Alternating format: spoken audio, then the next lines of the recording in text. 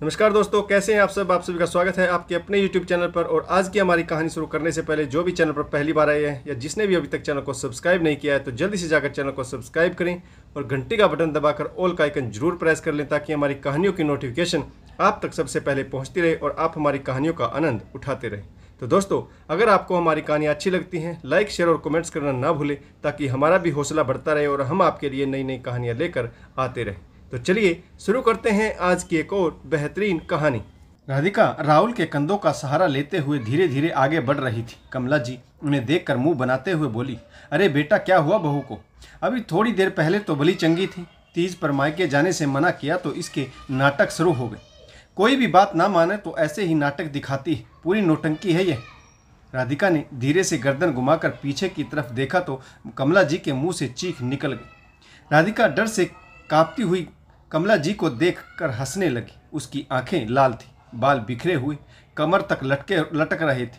चेहरे पर वही रहस्यमयी मुस्कान थी, कुछ जानी पहचानी सी। आंखों में गहरा काजल जो बाहर तक तीर की तरह निकला हुआ था। माथे पर सुर्ख लाल बड़ी बिंदी और उसके चारों तरफ छोटी छोटी सफ़ेद रंग की बिंदियाँ। बालों में मोगरे का गजरा लटक रहा था। सफ़ेद रंग की साड़ी जिस पर छोटे छोटे लाल बूटियों वाले फूल थी और सुनहरा बॉर्डर। हाथों में लाल रंग की चूड़ियाँ, पैरों में मोटे घुंघरू वाली पायल, हाथों और पैरों पर आलता लगा हुआ था। अपनी बहू की ऐसी वेशभूषा और श्रृंगार देखकर कमला जी की रूह कांप गई। उसकी आंखों के सामने एक जाना पहचाना सा चेहरा आ गया। पायल के घुंघरू की आवाज़ भी जानी पहचानी सी थी। तो क्या वही लौट आई मेरी बहू के शरीर में? कमला जी आश्चर्यचकित होकर सोच रही थी। वह घबराई हुई सी पूजा घर में बैठकर रुद्राक्ष की माला जपने लगी। तो राधेश्याम जी ने उनसे पूछा, तुम इतनी घबराई हुई क्यों हो? क्या हुआ तुम्हें? कमला जी बोली, कहा था आपसे हमें नहीं जाना हवेली में वापस।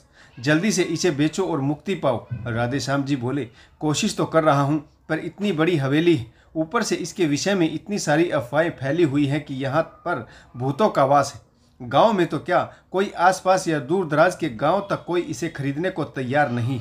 मेरी छोटे भाई को देखो, खुद तो हवेली के अगले हिस्से में रहता है, लेकिन हवेली बेचने के पक्ष में नहीं। कहता है अनमोल पुश्तैनी हवेली, हमारी न जाने कितनी पीढ़ियाँ रही हैं यहाँ पर। यहाँ बचपन से लेकर अभी तक की यादें बसी हुई। वैसे भी हमारे पास पैसों की कोई कमी नहीं, फिर हवेली बेचने की क्या ज़रूरत है? किशन हवेली बेचने के पक्ष में नहीं, अपनी जिद पर अड़ा हुआ है। राधेश्याम जी ने लंबी सांस ली और बोले, चाहे जो कुछ भी हो जाए, अब की बार तो मैं इस हवेली को बेचकर ही रहूँगा। रात में ठंडी हवाएं चल रही थी। आसमान में चांद पूरे शबाब पर था। कमला जी ने अपने कमरे की खिड़की खोली। थोड़ी मुश्किल हुई, न जाने कब से बंद पड़ी हुई थी। खिड़की खोलते ही ठंडी मोगरे की खुशबू से भरी हवा ने मन को महका दिया। सामने बगीचे में गुलमोहर के पेड़ से छन छन कर चांदनी आ रही थी। बागीचे के सभी पेड़ हवा से होले होले हिल रहे थे। अजीब सी खामोशी और सन्नाटा पसरा हुआ था। तभी अचानक से चूड़ियों की मधुर खनक और घुंघरू की आवाज़ ने कमला जी का ध्यान भंग किया। उन्होंने जल्दी से दूरबीन निकाली जो वह शहर से खास तौर पर लेकर आई थी, हवेली का राज जानने के लिए। दूरबीन से जो देखा उसे देखकर उसकी आंखें आश्चर्य से चौड़ी हो गई। एक कमसीन सी दुबली पतली लड़की लहंगा चोली पहने बागीचे के छोर पर स्थित छोटे से फुहारे के पास आम के पेड़ पर लगे झूले पर बैठी थी। कमला जी ने ध्यान से देखने की कोशिश की, परंतु उस लड़की की पीठ उनकी तरफ थी। वह चेहरा नहीं देख पाई। काले लहराते हुए बाल घन हवा में लहरा रहे थे। लड़की ने झूले की रस्सी अपने नाजुक हाथों में पकड़ रखी थी। हाथों पर मेहंदी लगी थी। हाथ गोरे चिट्टे खूबसूरत संगमरमर सा बदन, लाल पीले रंग की चूड़ियाँ खनक रही थी। सिर पर ओढ़ी छीनी सी चुनरिया पर टंगे हुए सितारे ऐसे लहरा रहे थे मानो चांदनी रात में ढेरों सितारे जमीन पर आ गए हों। झूला झूलते हुए वह कोई लोकगीत मधुर स्वर में गुनगुना रही थी। कमला जी को लोकगीत के स्वर जाने पहचाने से लगे। वह मोहित होकर उसे निहारने लगी। एक अजीब सी कशिश थी उसकी आवाज़ में। क्या देख रही हो तुम? राधेश्याम जी ने आकर टोका।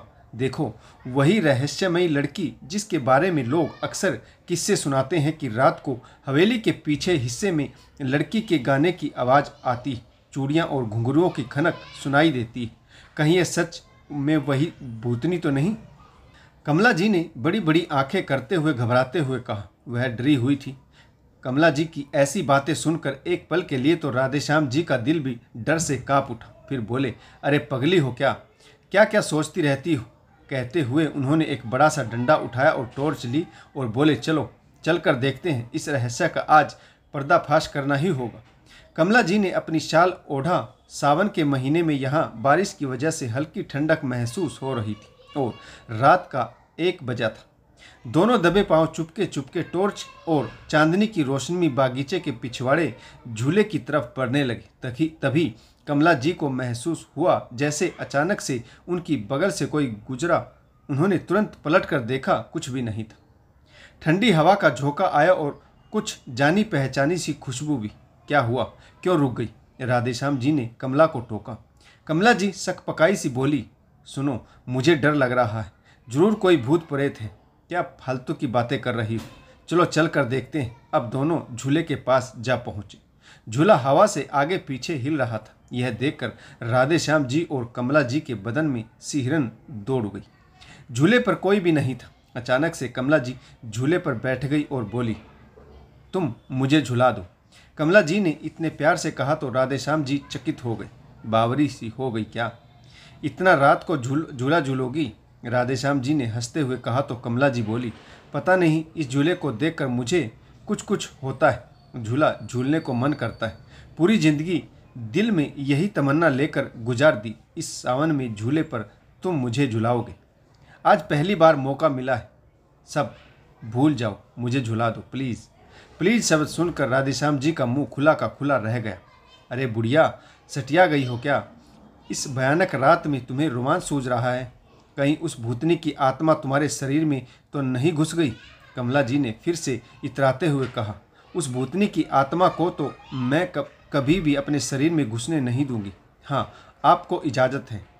कमला जी ने इतने प्यार से कहा तो राधेश्याम जी भी रोमांस के मूड में आ गए और उन्होंने होले होले से उन्हें झुलाना शुरू किया। तो कमला जी खुद ब खुद ही सावन के गीत गुनगुनाने लगी। पुराने जमाने के सावन के गीत गुनगुनाते हुए कमला जी पुरानी यादों में खो गई।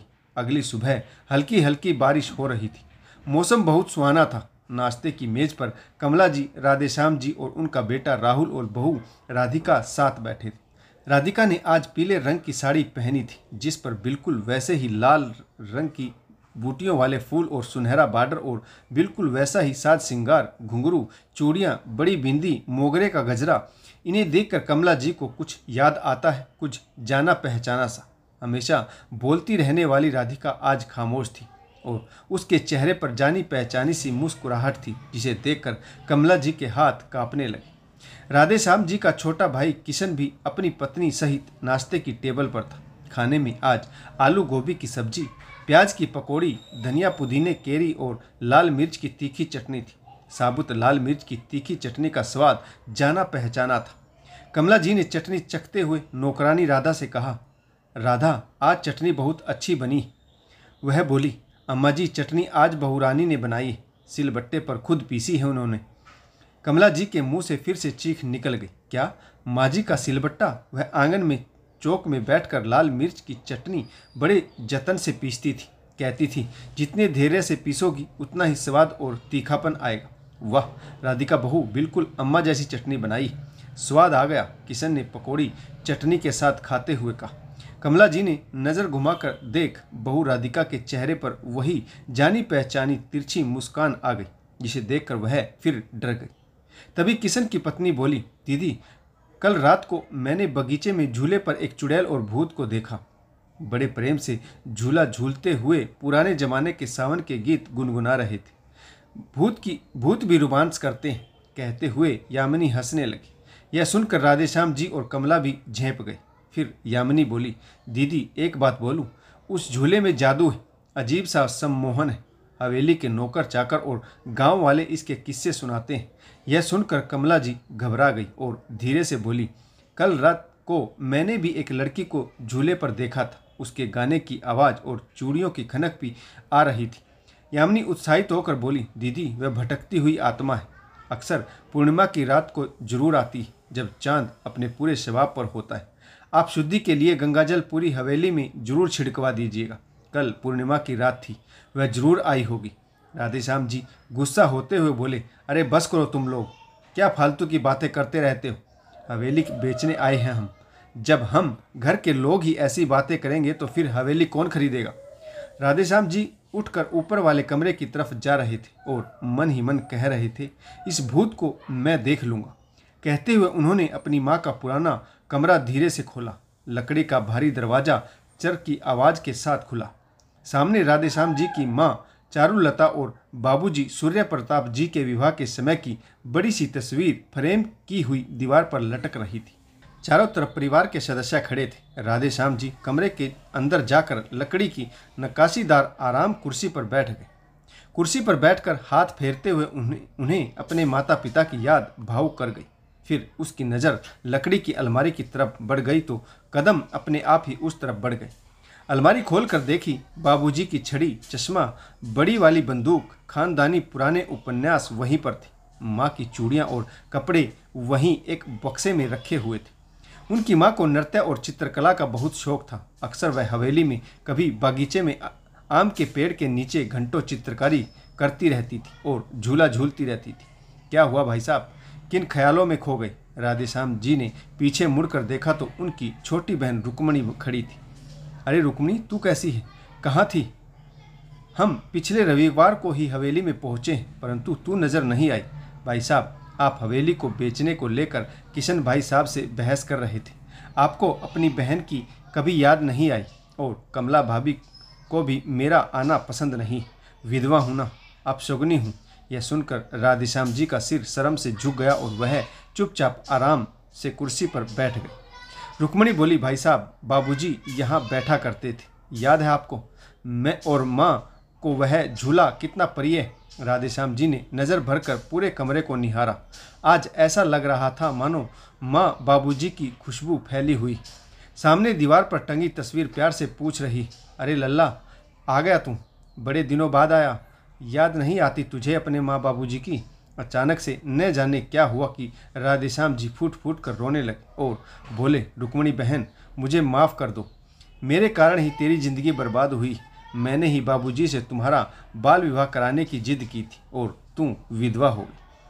फिर भी मैंने तेरी शुद्ध नहीं ली, तुझे अछूत समझकर खुद से दूर किया। मैं पैसे कमाने शहर चला गया, कभी मुड़कर नहीं देखा। पैसे कमाने में इतना व्यस्त हो गया और आज फिर मेरा लालच मुझे यहाँ खींच लाया, न जाने क्यों। मैं पुरानी यादों से भाग रहा था। अब मैं यह हवेली नहीं बेचूंगा। यह माँ बाबूजी की निशानी है। हमारे बचपन और जवानी की यादें जुड़ी हुई है इसमें। यह सुनकर रुक्मणी की आंखें छलछला गई। यह बात जब किशन ने सुनी तो अपने बड़े भाई को गले से लगा लिया और बोले, आज मुझे मेरा भाई मिल गया। कमला जी को भी हवेली, बगीचे और झूले से बहुत लगाव सा हो गया था। शादी होते ही वह शहर चली गई थी। सास के साथ रहने का समय बहुत कम मिला। उन्हें ना ही हवेली से कोई लगाव रहा। बरसों बाद गांव हवेली में लौटी थी। लोगों से तरह तरह की बातें सुनकर राधेश्याम जी पर हवेली बेचने का दबाव बना रही थी, परंतु आज उन्हें अपने किए पर पछतावा हो रहा था। कमला जी ने डरते हुए कल रात वाली बात का जिक्र किया और बोली, हम इस हवेली को नहीं बेचेंगे, लेकिन इसे आत्मा से मुक्त तो करवाना ही पड़ेगा। यह सुनकर बहू राधिका, देवरानी यामिनी और नंद रुक्मणी हंसने लगी। राधिका ने कहा, सासू जी, वह आत्मा कोई और नहीं बल्कि आपकी बहू ही है। यही समझ लो कि आपकी बहू में आपकी सास की आत्मा आ गई थी। माफ़ करना मुझे। यहाँ आने के बाद से ही मैं अजीब अजीब हरकतें कर रही थी। वह सब नाटक था आपको डराने का, ताकि आप डर कर इस हवेली से चले जाए और इसे बेचने की बात अपने दिमाग से निकाल दें। मैंने चाची जी और बुआ जी के साथ मिलकर यह ड्रामा रचा था, ताकि आपको इस हवेली का कोई खरीदार ना मिल सके, और जब अपनी आंखों से आप इस हवेली में भूत को देखेंगी तो स्वयं ही हवेली को बेचने की बात अपने दिमाग से निकाल दोगी। राधेश्याम जी और कमला जी ने हवेली को बेचने की बात हमेशा हमेशा के लिए छोड़ दी और हवेली को भूतिया हवेली का नाम देते हुए डेकोरेशन पर अच्छी खासी रकम लगाई। अब हवेली बदल चुकी थी, उसकी देख रेख पर विशेष ध्यान दिया जाता। इतनी पुरानी हवेली को देखने के लिए लोग दूर दूर से आते हैं और उसे भूतिया हवेली ही समझते हैं। भूत को देखने की चाहत लोगों को हवेली में खींच लाती। तो दोस्तों, आपको यह कहानी कैसी लगी कमेंट्स करके जरूर बताइएगा। आशा करता हूँ कहानी आपको जरूर पसंद आई होगी। अगर आपको हमारी कहानी अच्छी लगे लाइक शेयर और कमेंट्स करना ना भूलें, ताकि हमारा भी हौसला बढ़ता रहे और हम आपके लिए नई नई कहानियाँ लेकर आते रहें। तो दोस्तों, कहानी पढ़ने के लिए आप सभी का बहुत बहुत धन्यवाद। जय हिंद, वंदे मातरम, भारत माता की जय, जय जवान और जय किसान।